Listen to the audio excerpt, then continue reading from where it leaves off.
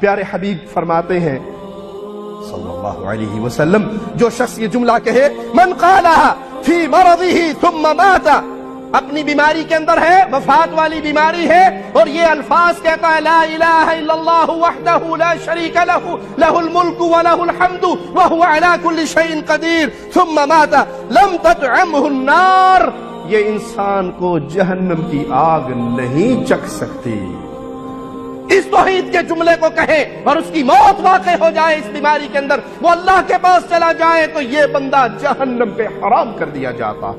یہ توحید باری تعالیٰ ہے پیارے بھائی، اللہ کے لیے اس کو سمجھیے۔ لیکن جب آپ نے اس توحید کے مطابق عقیدے نہ بنائے تو عربی دعاؤں کا رٹا مارنے کا فائدہ،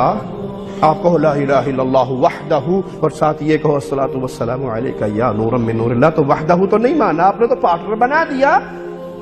آپ یہ کہو لا الہ الا اللہ اور پھر کہو حق باؤ تاک باؤ یا پار لگائیں، تو آپ نے اللہ کو تنہا نہیں مانا، اس بابے کو مشکلات میں مددگار سمجھ لیا۔ جب لا الہ الا اللہ وحدہ لا شریک لہ کہنا ہے، پھر عبادت کا ہر ماجرا تنہا مولا کے ساتھ کرنا ہے، نہ سجدے کسی کے لیے، نہ ذبح کسی کے لیے۔ اسی لیے پیارے علی فرمایا کرتے تھے رضی اللہ عنہ، رسول اللہ صلی اللہ علیہ وسلم کے اس قول کو نقل کرتے ہوئے کہ اللہ کے پیارے حبیب نے فرمایا لعن اللہ من ذبح لغیر اللہ، جو اللہ کے علاوہ کسی اور کے نام پہ ذبح کرتا ہے،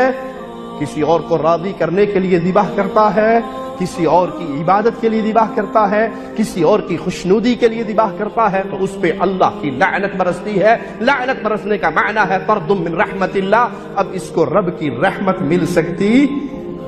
یہ ذبح اللہ کے لیے، آپ بھلے اللہ کے نام پہ کریں لیکن کریں کسی درگاہ پہ اور کہیں کہ یہ بابا جی راضی ہو جائیں گے تو ہماری فلاں مصیبت ٹال دیں گے، آپ نے عبادت میں اس کو اللہ کا شریک بنا دیا۔